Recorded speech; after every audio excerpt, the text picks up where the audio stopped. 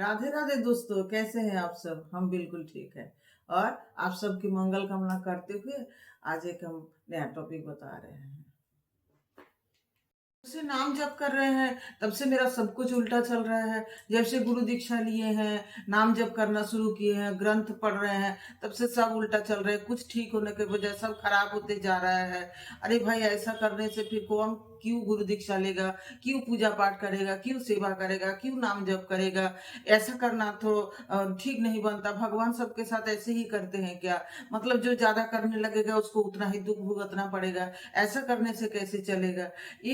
ये सब क्वेश्चन मेरे पास आता है, मुझे सुनना पड़ता है। मेरा जानकार जो भी है वो, और मेरा अगल बगल वाले या मेरा गुरु भाई गुरु बहन, सब किसी से मुझे ये सब क्वेश्चन का सुनना पड़ता है। परसों का ही बात है, जो एक गुरु बहन मुझे फोन करके बोल रहे हैं कि जानते हैं, जब से नाम जप कर रहे हैं, जब से गुरु दीक्षा ले रहे हैं, कुछ आशा से तो किए थे, लेकिन वो मेरा पूरा नहीं हो रहा है, कुछ नहीं ठीक होता है। अगर कुछ ठीक होगा ही नहीं तो कोई गुरु दीक्षा क्यों लेगा, क्यों कोई नाम जप करेगा, क्यों कोई सेवा पूजा करेगा?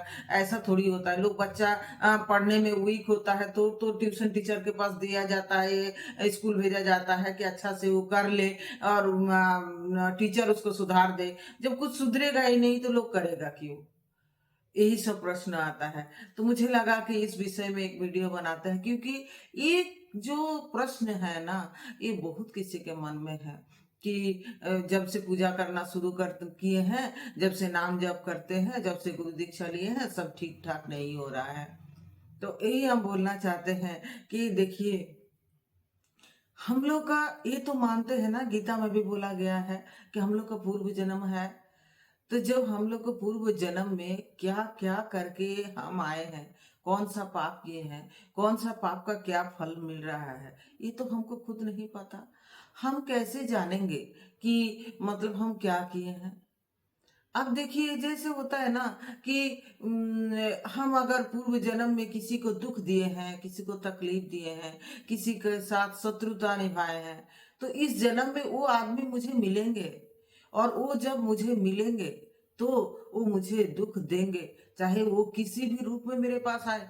कभी कभी मेरा भागवत में यहाँ लिखा हुआ है कि कभी कभी मेरा पूर्व जन्म का जो दुश्मन है ना, मेरा पुत्र बनकर, मेरा पति बनकर, मेरा सगा संबंधी रिलेटिव बनकर मेरे आते हैं मेरे पास, और आकर के मुझे दुख तकलीफ देते हैं।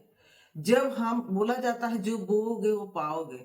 अगर हम पूर्व जन्म में, सोचिए, हम बाबुल का पेड़ लगाए हैं, तो इस जन्म में हम मीठा आम का पेड़ लगाए हैं। हमको तो पूर्व जन्म का बात याद नहीं है। इस जन्म में हम आम का पेड़ लगाए हैं अभी, और हम चाहते हैं कि अभी हम आम का पेड़ लगा दे, अभी अभी मुझे फल दे। क्या ऐसा हो सकता है? आम का पेड़ आज लगाने से आज तो फल नहीं मिलेगा ना। हमको फल मिलने के लिए तो कुछ साल इंतजार करना पड़ेगा। मतलब कुछ दिन तक हमको उस आम के पेड़ का जतन करना होगा। उसको जैसे छोटा रहेगा जब, तो उसको मतलब चारों तरफ का जो एनिमल है या कोई भी जो उसको चबा के खा सकता है, तो उससे बचाना पड़ेगा। उसको घेरा लगाना पड़ेगा, और उसके बाद उसको नियमित सींचना पड़ेगा। उसको धूप ठीक से लग रहा है कि नहीं, ये देखना पड़ेगा। उसके बाद उसको जतन करेंगे तो वो आम का वृक्ष एक दिन 5 साल बड़ा होगा, तो कम से कम 5 साल तो लगता है कि आम का वृक्ष को फल देने में। तो फिर उसके बाद आम का वृक्ष फल देना शुरू करेगा। और इन 5 सालों में जो हम आम के वृक्ष को जतन कर रहे हैं, तो उस वक्त अगर मुझे कुछ बुरा कांटा चुभ रहा है, तो ये तो हमको दिमाग में रहना, अरे हम पहले तो उसका बगल में एक बाबुल का पेड़ बोए हुए थे, तो बाबुल का पेड़ का कांटा हमको चुभेगा ही, हम चाहे कितना आम का वृक्ष का जतन कर लें। बात हम ये बोलना चाहते हैं, अगर हम अभी दीक्षा लिए हैं, गुरु मंत्र का जप करते हैं, उन नियम अनुसार चल रहे हैं, सेवा पूजा कर रहे हैं, और फिर उसके बाद भी मुझे तकलीफ आ रहा है, मेरा दुख आ रहा है, कभी घर में ये दुर्घटना घट जा रहा है, कभी वो दुर्घटना घट जा रहा है, तो सारा जितना है मतलब ये दोष भगवान के सर पर आ जाता है, गुरु के सर पर आ जाता है। ये क्यों कर रहा है? और अगर वो लेडीज है तो उस पर क्या होता है, घर का लोग भी उसको ताना देना शुरू करता है कि तुम इतना कर रही है तो तुमको ये भुगतना पड़ रहा है। क्या जरूरी है? जो ज्यादा सेवा पूजा करता है उसको दुख ही भुगतना पड़ता है। यही सब बोला जाता है, उसको ताना दिया जाता है। बात यह है कि मेरा पूर्व जन्म हम देखे नहीं है, और मेरा अगला जन्म भी हम देखेंगे नहीं। तो हमको अगर कुछ तकलीफ हो रहा है तो दिमाग में इतना तो रखना चाहिए कि जरूर हम कुछ बुरा कर्म किए हैं तो मुझे आज ताना मिल रहा है। और ये माया देवी का खेल है सब कुछ।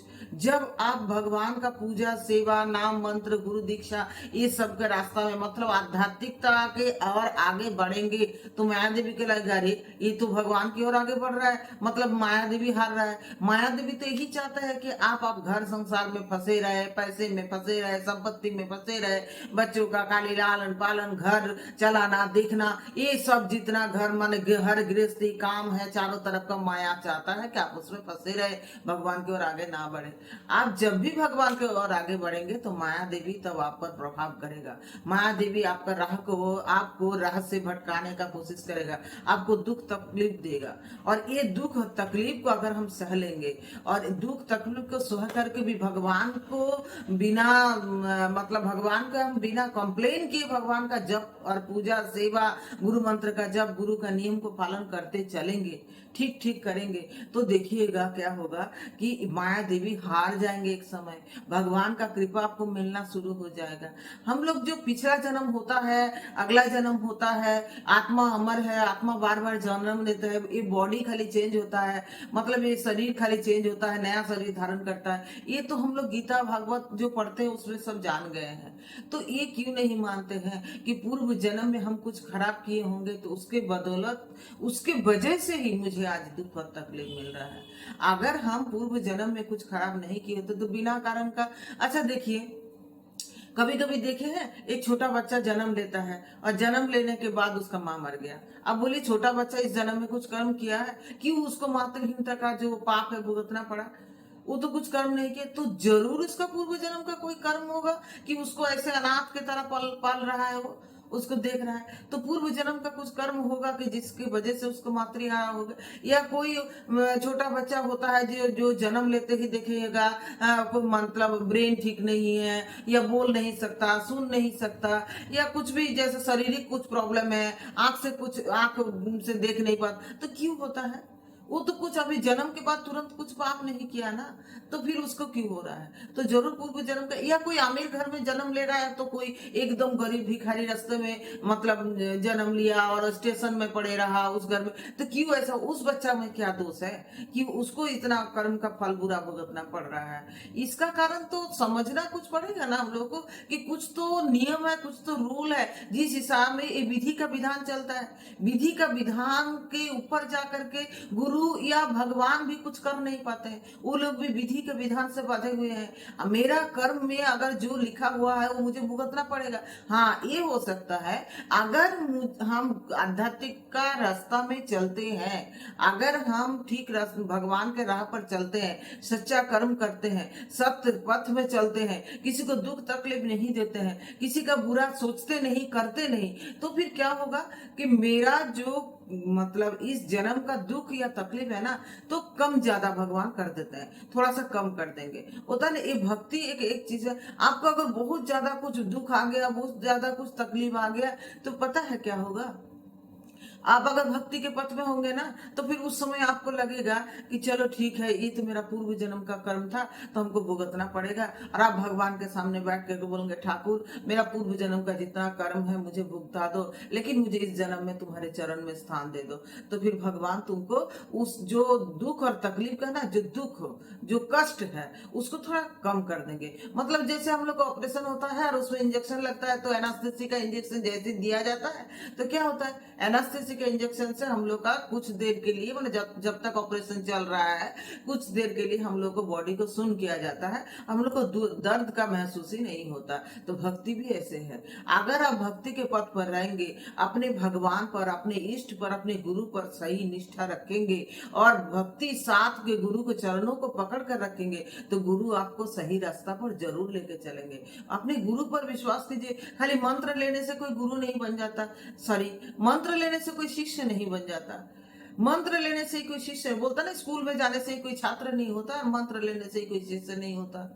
जो छात्र स्कूल जा रहा है, स्कूल टीचर क्या उनको पढ़ा रहे हैं, क्या रूल बता रहे हैं, कैसे पढ़ाई याद करने बोल रहा है, कौन सा क्वेश्चन याद करने बोल रहा है, अगर वो छात्र जो है, वो स्टूडेंट जो है टीचर का बात नहीं मानेगा, टीचर जो बता रहे हैं उस रूल को फॉलो नहीं करेगा, तो क्या वो एग्जाम में अच्छा नंबर पा सकता है? नहीं ना। तो अगर आप जिस गुरु से दीक्षा ले, उस हर जो गुरु है हम लोग को अभी भारतवर्ष में हम लोग देखे हैं, सबका कुछ ना कुछ अलग अलग रूल्स है। तो उस रूल्स को, नियम को जो है, उस नियम को ठीक ठीक हम फॉलो करेंगे, उस रूल को फॉलो करने से मेरा जो गुरु का वाक्य है वो सच होने लगेगा। और कोई भी, सबसे बड़ा बात है, भगवान का सेवा या भगवान का पूजा कुछ पाने के लिए करेंगे इस आशा से नहीं करना चाहिए। ये बहुत निकृष्ट पूजा। हाँ, हम लोग है कि हम लोग कर लेते हैं, हम लोग मतलब भगवान से प्रार्थना करते हैं, ये हो जाए, वो हो जाए, मेरा ये सफलता मिले, मुझे ये मिले, नहीं मिलता तो मुझे दुख होता है। लेकिन अगर आपका भक्ति थोड़ा ऊपर लेवल चल जाएगा ना, तो फिर आप भगवान से मांगेंगे नहीं ऐसे हर समय खाली भिखारी जैसा, भगवान हमको दे दो दे दो दे दो दे दो, ये कोई अच्छा थोड़ी लगता है। इसीलिए हम तो सबसे यही प्रार्थना करना चाहेंगे, अपने इष्ट पर, अपने गुरु पर, अपने भगवान पर निष्ठा रखिए, और उनके कर्म को, वो जो कर रहे हैं मेरे भले के लिए कर रहे हैं। हमको पता ही नहीं है मेरा किससे भला होगा, मेरा पिछला जन्म मुझे पता नहीं, मेरा अगला जन्म मुझे पता नहीं, मेरा 2 साल बाद भी क्या होगा वो मुझे पता नहीं, अरे 2 घंटा बाद भी हम जिएंगे कि मर जाएंगे वो भी हमको पता नहीं। जब सब कुछ मेरे प्रभु को पता है, तो उनके ऊपर ही सब कुछ छोड़ के बस एक निष्ठ से खाली प्रभु का ध्यान मग्न होना चाहिए, प्रभु का जप सेवा पूजा करना चाहिए, सबके लिए अच्छा करना चाहिए। जीवन में शांति ही सबसे बड़ा चीज है, और भक्ति से ही शांति मिलता है, संतुष्टि से ही शांति मिलता है। अगर शांति के पथ पर अग्रसर होंगे तो प्रभु को पकड़ के रहिए, और तभी आपको शांति मिलेगा। अगर आप ऐसे भटकते रहेंगे ना, और खाली सोचेंगे अरे वो तो उस गुरु से दीक्षा ले लिया तो उसको बहुत सुख मिल रहा है, उसका तो बहुत बड़ा घर बन गया, उसका बेटा का तो नौकरी हो गया, उसका बेटी का अच्छा घर में शादी हो गया, उसका पति तो उसका हर बात मानता है, अब मेरा क्यों नहीं? तो मेरा तो गुरु ही ठीक नहीं है, मेरा इस गुरु से दीक्षा लिए तो मेरा ये हो जाता है, हमको भी उस गुरु से दीक्षा लेना चाहिए। अरे भाई, कभी भी कोई भी गुरु कभी भी आपको खराब देख सकता है क्या? नहीं देख सकता ना, वो तो आपके अच्छे ही चाहता है। लेकिन आप अपना कर्म को तो कीजिए, गुरु का रूल को तो फॉलो कीजिए, गुरु जो बताते हैं वो तो सुनिए, उस नियम से आप चलिएगा तो क्यों आपको दुख तकलीफ होगा।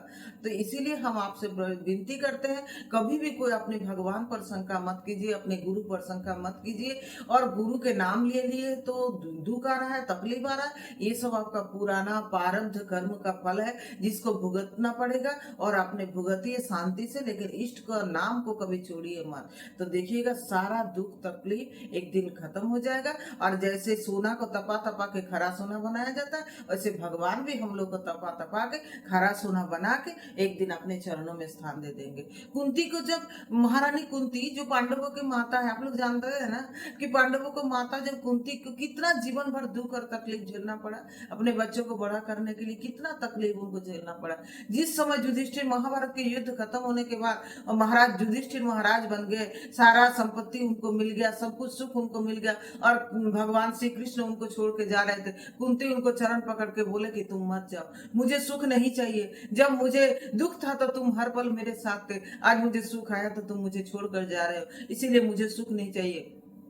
मुझे कृष्ण तुम ऐसे वरदान दे दो कि हमको जीवन भर खाली दुख ही रहे, क्योंकि दुख में तुम समय हमेशा हम लोग के साथ रहते हो, दुख में तुम्हारा नाम हमेशा मेरा साथ रहता है, तुमको हम हमेशा स्मरण किए जब तब तुम आ गए मेरे पास, इसीलिए मुझे दुख ही दे दो। बोलिए, कुंती ऐसा वरदान मांगते हैं, और हम लोग थोड़ा सा दुख और तकलीफ आता है तो भगवान को दोषारोप करना शुरू कर देते हैं। क्या यही भक्ति होता है? भक्ति का नाम ये नहीं होता है। दया करके प्लीज सबसे हम प्रार्थना करते हैं कि भगवान के एक निष्ठ भक्त बनिए, भगवान को भी दोषारोप मत कीजिए, भगवान मेरा ये कर दिया, भगवान वो कर दिया, भगवान वो कर, भगवान किसी का कुछ नहीं करते हैं, जैसा जैसा जिसका कर्म होता है, प्रारब्ध होता है, वही करते हैं। जिसके पास जो होता है वही देते हैं। भगवान के चरणों में मुक्ति है, भगवान के चरणों में सुख है, भगवान के चरणों में ही संतुष्टि है। तो अपने इष्ट के चरणों को पकड़ के रहिए और अपना नाम जप करिए, खूब साधना कीजिए, सच्ची राह पर चलिए, किसी को दुख तकलीफ मत दीजिए, किसी को कष्ट मत दीजिए, हमेशा सबको साथ चलने का कोशिश कीजिए और मुस्कुराते रहिए, देखिएगा सब कुछ अच्छा होगा।